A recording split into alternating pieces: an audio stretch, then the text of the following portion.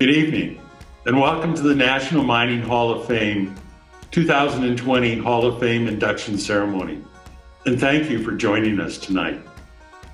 My name is David Brown, and I have the privilege of serving as board chair of this gem of a museum located in Leadville, Colorado. If you haven't been to the museum before, you've got to go. The exhibits tell the compelling story of mining's necessary place in our society, presenting both a historical perspective as well as mining's critical role for our society in the future. We're delighted to honor 5 extraordinary individuals this evening. Their contributions to the mining industry are immense. This year's honorees are educators, inventors, geoscientists, and astrogeologists. Each has established prominence in the discovery and mining of metals and industrial minerals around the globe and beyond. In their own unique way, each has brought a significant contribution to our great industry. We are also delighted to honor the Minerals Education Coalition with the Praisen Award and recognize their outstanding efforts in providing education materials to our schools and promoting public understanding of the critical importance that mining has in everyone's lives and well-being. It's truly our honor to celebrate those selected for induction into the National Mining Hall of Fame this year. These are challenging times for all museums, and the National Mining Museum is no exception. Admissions are down 45% from last year. During these challenging times, we need your continued support, as well as that of new members and donors, to keep delivering on our mission of telling the story of modern mining. The wonderful and talented staff and the directors are diligently looking at ways to broaden the opportunity to experience the National Mining Hall of Fame and Museum, as it truly is a national treasure. Please consider making a donation, and thank you if you are already a supporter. Please also share our information with friends and colleagues and ask them to consider a donation or becoming a member. So, with that said, I hope you enjoy the evening, and here's to those we honor tonight. And now to Doug Silver, your host for the evening.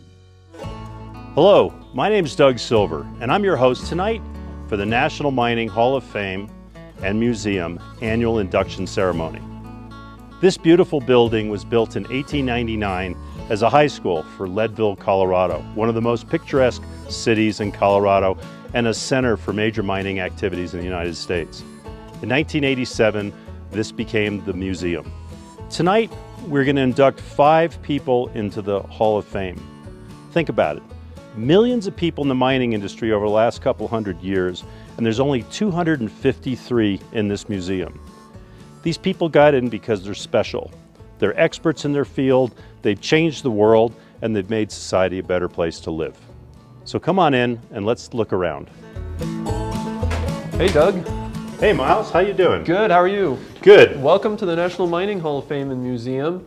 We're 25,000 square feet of exhibit space on top of the Rockies, where we talk about the history of mining, modern mining, and the future of mining, all in one area. We have natural history collections, art holdings, historical collections, all sorts of stuff. How many galleries do you have? We have about 20. Wow. About 20 galleries, give or take. Depends what you consider a hallway. Yeah. So can I get a tour? Of course. So here at the National Mining Hall of Fame and Museum, our mission is to tell the story of mining, its people, and its importance to the American public and society. Also at the museum, we have the National Mining Hall of Fame. And people ask, how do you get nominated? To answer that question, we have Barb Filas, who's the chair of the nominating committee. Barb? The application process to nominate someone for the National Mining Hall of Fame is done on a calendar year basis. If you want to nominate someone to be considered for induction in 2021, you would have until December 31st of 2020 to submit the nomination. You would go to the National Mining Hall of Fame website. You will see how to nominate a candidate. Once that process is completed, I take those and build a book that is prepared for the Board of Governors to consider, who will then vote, rank the candidates that we have for a given year. If certain candidates emerge as obvious candidates for induction, then we basically take those based on the scoring of the first round. If we get into a close ranking, then we will re-vote. So once the candidates are identified, and we usually try to target 3 or 4 candidates, sometimes more, once in a while less, for induction each year. And then those recommendations are given to the Board of Directors of the Hall of Fame for ratification. And the board considers those the Board of Governors selections, and then the candidates are ratified for induction into the Hall of Fame. Then the plaques are made, and where you see those plaques at the induction banquet. Thanks, Barb. That's wonderful information. Myles, let's continue the tour. Sounds good. So we're going to check out the Hard Rock Mine exhibit first. This exhibit is where you can actually explore underground mine on your own. Oh, wow. Hi, Bob.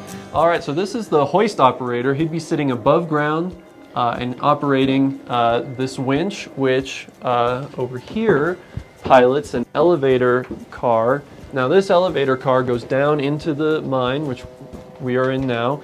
Ore cars would be being loaded on full of ore. Workers would be coming on and off, going on lunch break, that sort of stuff. This would be a busy area. This is very interesting because our first inductee is ALBERTO BENAVIDES, who's known as the patriarch of Peruvian mining, but he did so much more. Don Alberto, as he's known, encouraged Newmont to come to Peru, where they built one of the world's largest gold mine. And he had a very strong emphasis, even in Peru, in social responsibilities. And many of the ideas that he implemented in his companies have been brought to North America and are used by North American mining companies. So let's look at a tribute to Don Alberto.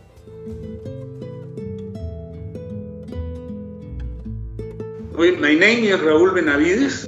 I'm the fifth son of my father, Alberto Benavides, and I would like to tell you something about him.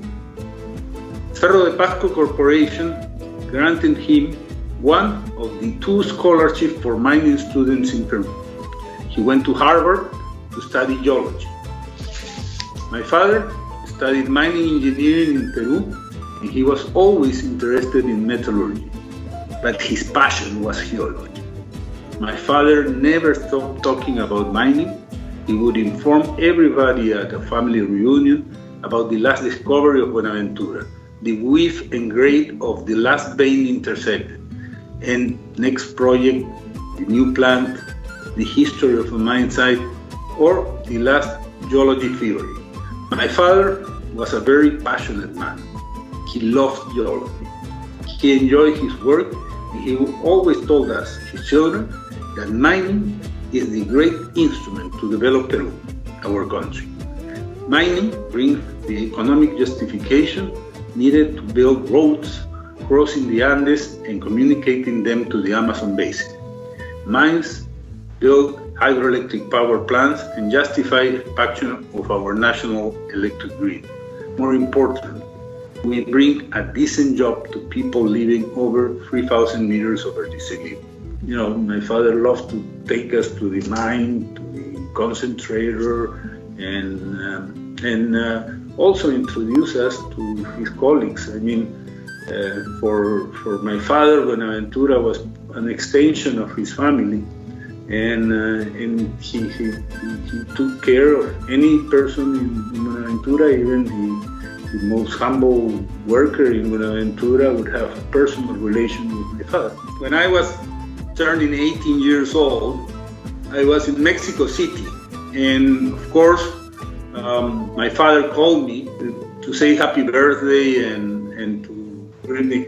And I told him, Dad, you have told me when I turn 18, you will retire. Well, it happened to be that he never retired. He worked until the last day he was alive. And that was my father. He loved his work. He was a passionate miner and an even more passionate geologist.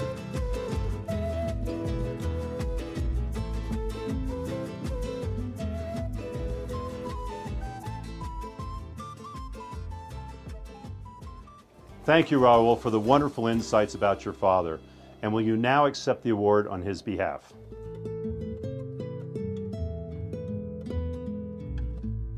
Ladies and gentlemen, 3 days ago, my father would have turned 100 years old. He left us almost 7 years ago. On behalf of my 4 siblings, the 17 grandchildren of my father, our colleagues in Buenaventura, and myself, I would like to thank you all for honoring my father by inducting him to the Mining Hall of Fame. Special mention to Len Harris, who made the proposal to place my father next to the great miners of the US. My father will join here a number of good friends, partners, and colleagues. His career was always very close to the American miners and American mining companies. His legacy today is that many of us in Peru share his dreams and are working hard to make them happen. He has received during his life a number of honors, but he was most proud of the gold medal of AAME and the Penrose Medal for his contribution for the geological science and discovery of mineral deposits. I am sure that this induction will lead to be in the same hall with the most important miners of the world, the ones he most admired and appreciated something special for his memory, and for all the people that had the privilege to work with him and work with my father and admire him. Thank you very much.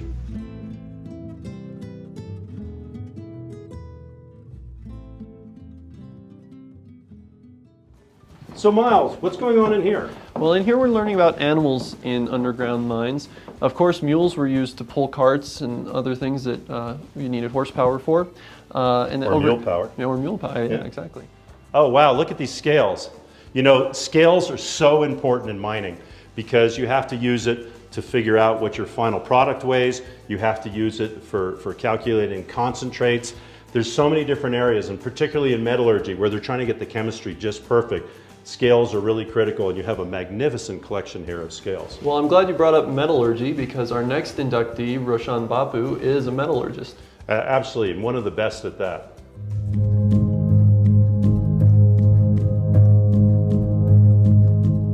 My father was an incredibly smart person, and he had this incredible memory. I followed in his footsteps. I'm in the mining industry, and I would speak to him just about every day on my way home from work. I'd give him a quick call and talk to him about mining projects all around the world that I was looking at or involved with. And invariably, he would know the name, know the project. In many cases, he worked on those projects 40, 50 years ago. And he could tell me the head grade, the ore grade, the recoveries in the mill. He had this incredible memory for remembering projects and remembering different aspects that were so critically important to the success of the mining industry. So I would want people to remember him as truly a passionate, just an absolute genius when it came to the mining industry.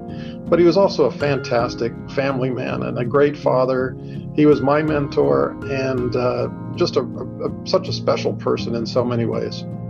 So we used to do road trips all around the world and all around the country. And I'll never forget, on the road, he would be constantly asking us questions about, if a train was traveling this fast, an airplane traveling this fast, how long would it take for them to meet, or those sorts of questions that we always really enjoyed sitting in the back of the car.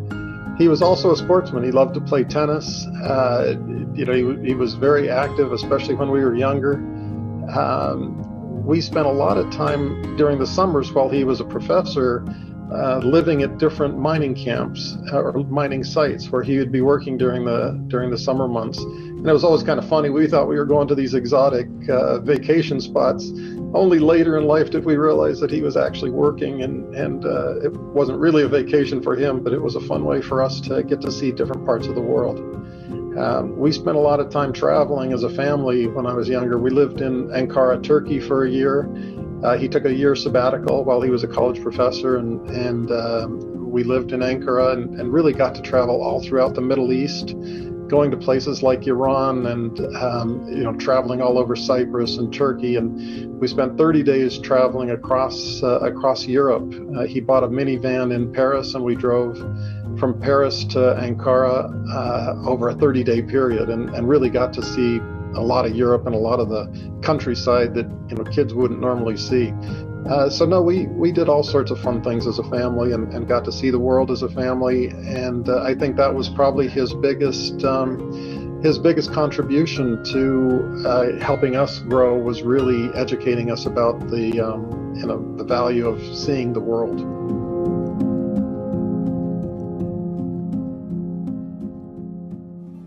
From that video, you can see why Dr. Bapu is getting inducted. And to accept the award is his son, Ross.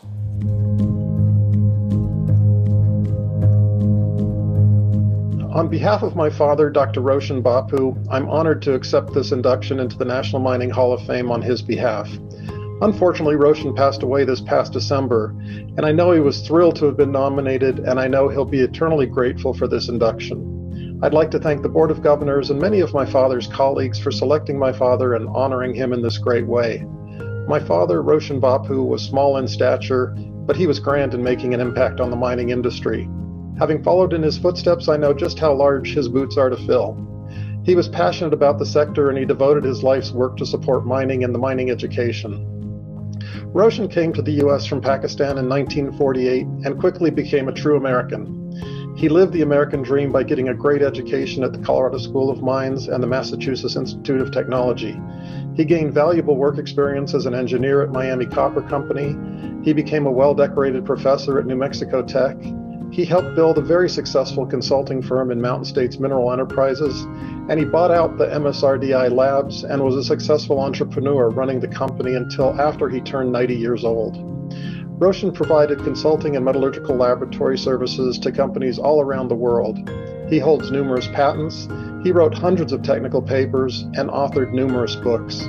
He was instrumental in helping modernize the gem mines of Afghanistan and Pakistan as one of the things that he accomplished. He was even contacted by the FBI to help them identify where Osama bin Laden might be hiding based on his knowledge of that region. My father was an exceptional person and never had a bad thing to say about anyone. Everyone knew him was his friend, and he loved helping others. He lived by his Zoroastrian faith and its mantra of good thoughts, good words, and good deeds. Dr. Roshan Bapu is a very worthy inductee to the National Mining Hall of Fame, and on behalf of the extended Bapu family, I'd like to thank you for this tremendous recognition. Thank you.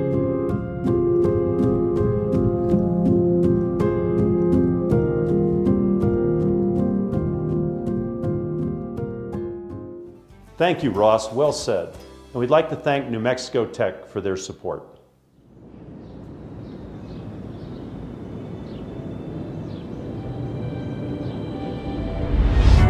I'm originally from Albuquerque, which is only an hour away, and I never knew about the university.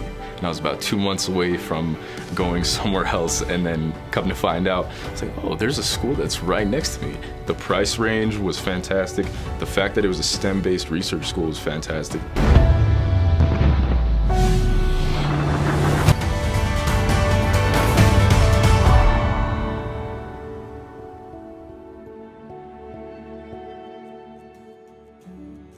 New Mexico Tech is an excellent example of why we need to teach the future of this industry more science. Myles, let's continue the tour. All right, so right now we're here in the coal mining exhibit. Well, that's excellent, because our third inductee is Hugh Evans, who not only contributed a lot to the coal mining industry, but was also a member of the 10th Mountain Division, which was the ski special ops division of the Army that beat the Germans during World War II. Yeah, and the 10th Mountain Division actually trained right down the road from Leadville here in Camp Hale. And a lot of the members of the 10th Mountain Division went on to found some of the really well-known ski areas that we enjoy in Colorado today. So that's why Hugh has to be here.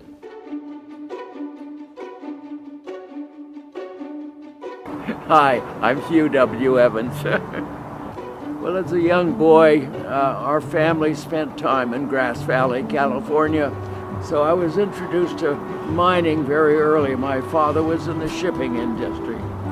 And I decided mining was a career that brought products to the public that they needed. And also, it was international. And furthermore, it paid well. And I wasn't disappointed on any of those points when I became a mining engineer. After World War II, I went to the Colorado School of Mines, and I graduated as an engineer of mines in 1949. So I'm a 49er, just the wrong century. Ann and I moved, I think it's 23 times in our career. So you have to be flexible if you're a mining engineer. And I'm blessed with a wife that could handle it. I always went ahead of time. She had to pack up, move out, and bring the children. So it was wonderful because we did work in the Philippines, in Australia, and in 6 different states in the United States during my career. We enjoyed every one. And the fact is, you get out of something what you put into it. And Ann was wonderful, and we put our whole life into the place we were living, whether it was the Philippines or the Australia or the different states. And we enjoyed every one, and we can't say which is best. Everyone was good. We've had a very rich life in terms of where we lived and what we've done and who we've been with, and with our family. We have a wonderful family. They thought it was normal to move all the time. They didn't realize most families stayed in one place. My takeaway is it was a great way to grow up, and our family is very close even now because of it.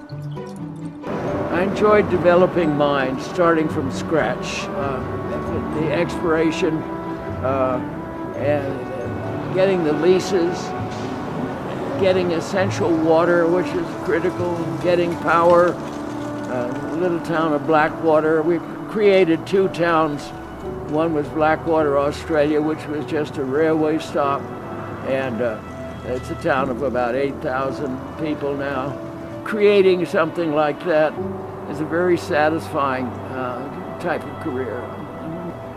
So I was a platoon sergeant with the 10th Mountain Division, and well, everything's connected, you know. To pick good people, to trust them with what they do, to support them in what they're doing, and to give them all of the necessary tools they need to be able to do whatever their job might be. It was very educational in that sense.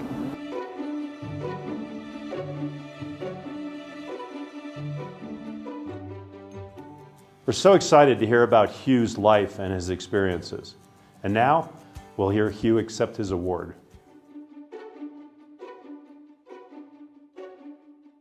I have to thank my wife for being patient and putting up with me for 70 years, is it? Yeah. And we find that a little hard to believe. And I thank my children because they just thought it was normal and went along and were wonderful companions in everything that we did. And I'd like to thank the people that I worked with. They were wonderful from all walks of life. Never had to fire anybody. I always enjoyed the people that I worked with. If I had my life to live over again, I'd do exactly what we did. I enjoyed our life. I think Ann did too. Yeah. So that my answers, do it all over again.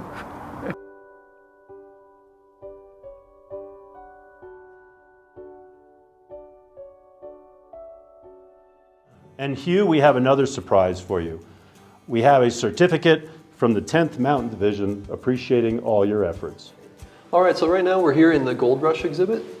This exhibit talks about the different gold rushes throughout the nation's history. The reason that we have an exhibit specifically related to gold mining is that gold mining has driven so much innovation and invention in the metal mining industry. A lot of times they take what they learn or innovate in gold mining and apply it in in other metal mining industries. So, well, that's very true, and everybody knows gold is very valuable.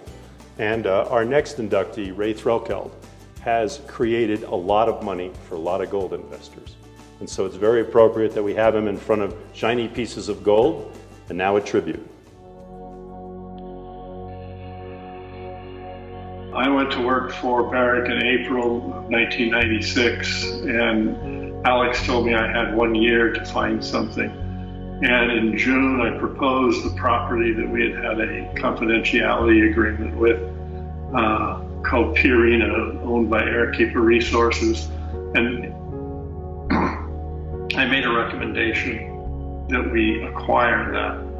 It turned out it was expensive, but the company went ahead with it, and they paid $750 million for a property that really had only 9 drill holes put in it by that time. And an interesting story about that. I was called into Toronto and sat in the boardroom with the board of directors, and was asked by Peter Monk, then the chairman of Barrick. He asked me how many ounces of gold were there in Purina, and I said, well, there's 8 million ounces there, it looks like. He told me, he says, well, Ray, he says, you have either one very long and good career at Barrick or one very short career if it doesn't turn out. And so the next day they did the deal. As it turned out, there was 8 million ounces, and I was able to go ahead and build that project as the project manager and general manager in Peru. I'm really proud of some of the social development aspects that we created at Barrick, and I was able to kickstart that in South America with Purina, and certainly over in Bulyanhulu in Tanzania, where we started an association with AMREF for mosquito and malaria eradication. We built homes and lent money to our Tanzanian employees. We were told that we couldn't do that or shouldn't do that. We did that. It was successful. That, and just the fact that, I've been able to put together some teams that I thought were pretty incredible. And those men and women in those teams were just the joy of working with them, learning from them, and then seeing them succeed. That's the best. I am in awe with having to be associated with this Hall of Fame. Like I said, I know many of these gentlemen that are in the Hall of Fame, or knew them when they were alive, and they're incredible professionals, and to be associated with that is,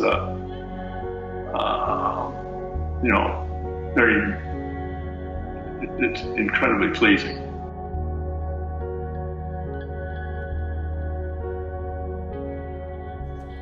Well, that was great, Ray. Now tell us what this award means to you.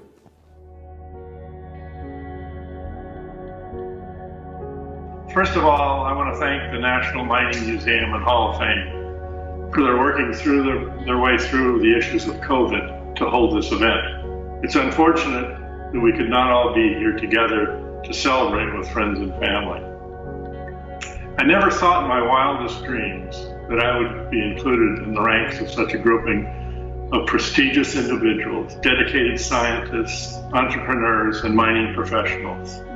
And I want to congratulate the families of all the 2020 inductees. Their indulgence over the many years of our passion for mining and the natural resource businesses has made this all possible. I want to thank my wife Gail and our daughter Tanea for their support. I know they also enjoyed much of the journey and adventure along the way, as did I. I wouldn't be here without the support of my parents, Wes and Norma, and my brother Cliff, who gave me the ability and pushed me to be responsible, and gave me the ethics to succeed in life. I was not an academic, but always had a passion for exploration, for ore deposits, and a wanderlust for what's over the next hill. And as always, the ultimate goal is to care for our families. Through our success, and it has always been my goal to care for my wife, daughter, and now 3 granddaughters. And this great business has allowed me to do just that. There's not a better business, a better career in the world than in mining and the people associated with mining. Thank you, and it's an extreme honor and pleasure to be here tonight. Thank you.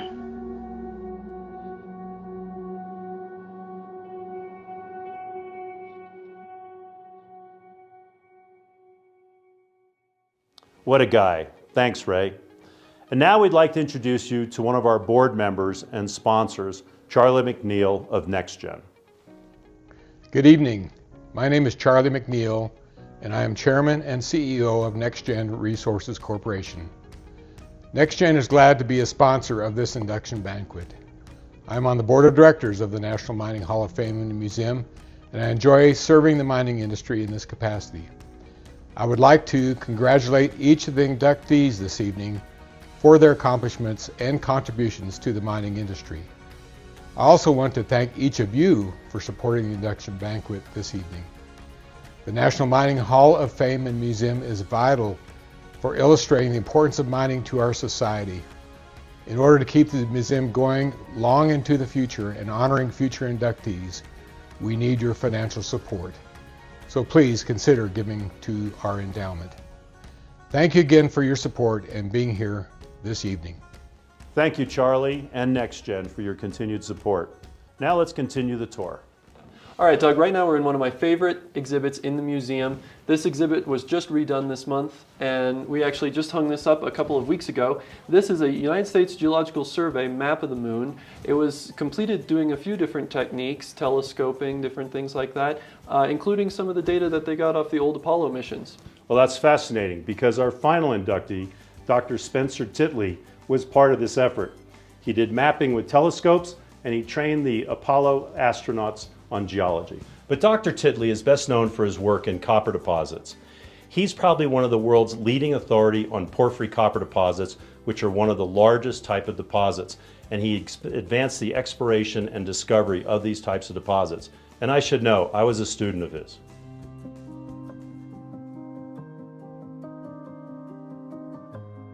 Hello, I'm Peter McGaw. I was one of Spence's students from 1982 to 1990. Spence grew up in Colorado, going to school in Denver, and working on family ranches in the Swatch Mountains around Fulford and Aspen. He loved the mountains, fly fishing, hiking, and skiing years before Aspen became a resort we know it today. He skied there. Starting in his teens, he set out to climb every 14,000 foot plus mountain in Colorado, and he completed the list by his mid-1920s. Spence went to Korea with the Army Corps of Engineers in mid-1952, and that experience made a very deep impression on him. He would relay detailed stories how most of what they had to do was determine why roads developed washboards and how to stop them. They determined that the very first time a truck drove on that road, bounced up and pounded back down again, it would create a little ridge that inevitably propagated as the next truck followed, and so on and so forth. He used to comment that the farmers and ranchers back home in Colorado already knew that it took Corps of Engineers a year or more to come to that conclusion. Clearly, he saw more than rutted roads in Korea because something he experienced there caused him occasional nightmares, and he was belatedly awarded the Bronze Star for bravery in 1993. Around the time of the 40th anniversary of his service there, he became deeply involved in the movement to remember the forgotten war, and he became very active in the Korean War veterans movement to the very end. Spence was really famous for telling his students to listen to the rocks. And when you start off as a student, you're thinking, well, what does he mean? And then he's telling you, well, make the observations first. Let the rocks tell you their story. Think about what they're telling you. Then come out with what you think the story is. He would frequently match that with a quote from Jim Gillooly, who had a corollary to that, saying, the rocks only answer the questions you ask them. But that question or that comment didn't necessarily come out from Spence until maybe the second or third time you were out in the field. First, he wanted to hear what the rocks said to you. it's interesting to think about how Spence would have reacted to being inducted into the Mining Hall of Fame. I'm sure he would have been very pleased and very proud. But I think it would have been much more personal for him, in no small part because of where the Mining Hall of Fame is. It's in Leadville, Colorado. He grew up in the mountains right around there in the Sawatch surrounding Leadville. He worked as a miner in Leadville when he was a young man. He was the chief mine geologist at the Gilman mine, Eagle Mine at Gilman, just 12 miles up the road from Leadville. And I think because of the depth of his personal experience in that part of the world, being named to the Mining Hall of Fame, which is based there, would have touched him very deeply. He certainly received a lot of awards in his life, all of them very well deserved, but that one I think would be very special to him.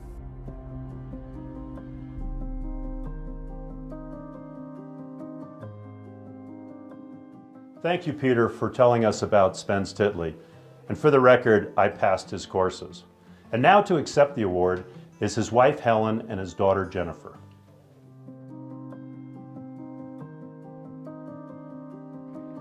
Do you think he would be honored to receive the Mining Hall of Fame induction? Oh, I think he would be. Yeah. He'd already had some.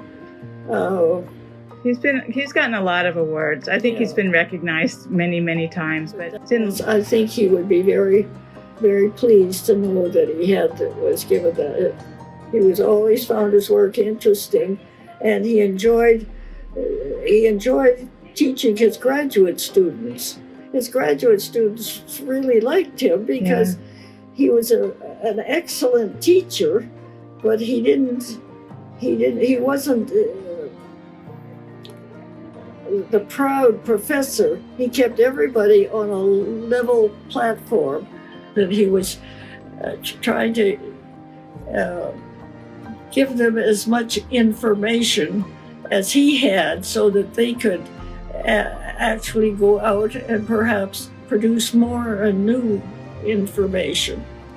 Just that I appreciate the fact that his hard work and interest in teaching have been properly appreciated.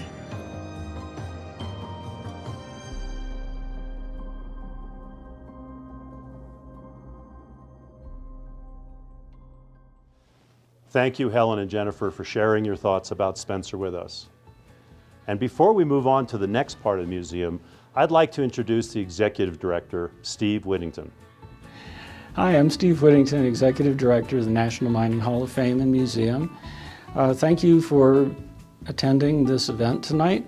You've gotten to see some of our exhibits, and I invite you to come and visit, see all of the rest of the exhibits, and also visit the historic Matchless Mine. The COVID-19 pandemic has been pretty hard on us this year, and I'd like to also invite you to help support us. There are 3 ways you can support us. You can contribute to the endowment. If you do that, every dollar you contribute will be matched by the Avenir Foundation. You can become a member of the museum. If you do that, you can visit the museum and the Matchless Mine for free for a year. Or you can contribute to our operations through the Great Debate. You can contribute to all of those causes by going to our website, mininghalloffame.org, or by calling 719-486-1229. Thank you again for joining us tonight, and I thank you in advance for your support of the museum. Thank you, Steve, for letting us know how people can contribute to the National Mining Hall of Fame and Museum. And now, let's talk about the Prazen Living Legend of Mining Award. Gary Prazen is a very well-known artist whose bronze sculpture popularized the mining prospector. Many of his sculptures are in this museum, and many mining friends of mine have copies. In 1995, Gary established the Living Legends of Mining Award. Each year, as part of the induction ceremony, the Prazen Award is given out to honor a special group. This year's honoree is the Minerals Education Coalition. The MEC committee has very passionate members, and with the ability to think outside of the box, and the Move Mining and Move Mining Next Gen programs force people to kind of think outside the box, as it were, and come up with innovative ways to look at mining. Mining in many cases has a negative connotation attached to it, or none at all. And so part of our mission is to make sure that we get the right message out to the public.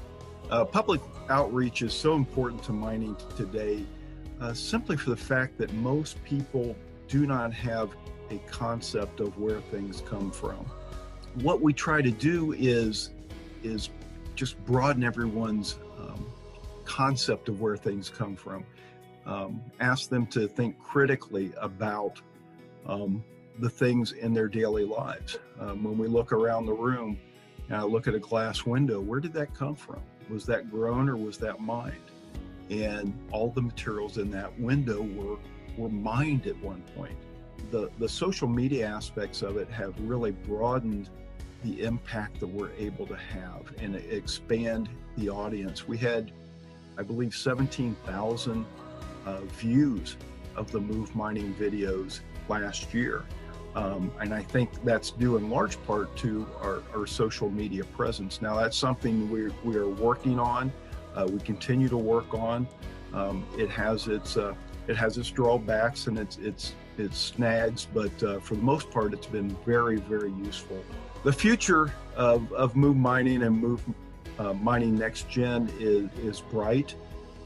We continue to see increased numbers from year to year. Unfortunately, this year we can't meet as a group, but we're going to make the best of that, as everyone is. But we continue to see the numbers grow each year, and I hope by receiving the praise and award and the notoriety that goes along with that, we'll be able to continue to expand and broaden those contacts that we have.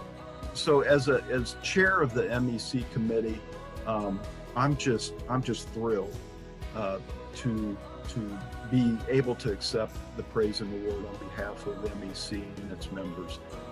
Some of the best, most passionate people I've ever met. Love the mining industry and welcome receiving this award.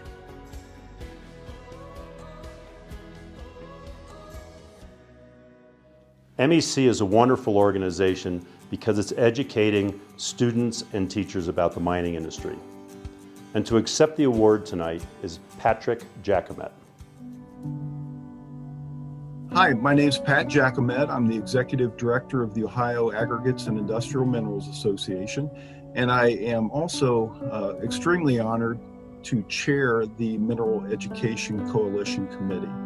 And on behalf of our committee and its very passionate members, we wish to thank all of you for blessing us with this praise and award. It means so much to all of us who work tirelessly throughout the year, including the staff at MEC, who work not just when we're grading the videos and reviewing the videos, but they work year-round to make sure that we have a first-class program. And that is shown through its growth through the last 5 years. It continues to grow. I'd also like to thank our sponsors, the SME Foundation, for their funding and backing, and Komatsu, who has been a primary sponsor over the past couple years, and all of our corporate sponsors, and all of those who attend and judge these submittals. It's truly a team effort, but it goes back to the heart and soul, which is the Mineral Education Coalition and its wonderful members who are not only passionate about mining in the industry and the opportunities we provide, but also are very, very good people too, and dear friends. So on behalf of the MEC committee, we just can't thank you enough for this award. Thank you.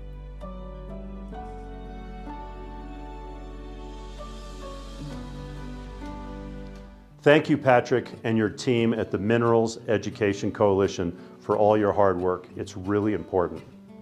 We at the National Mining Hall of Fame and Museum would like to thank all of our donors and sponsors for their contributions, and thank all of you for joining us tonight.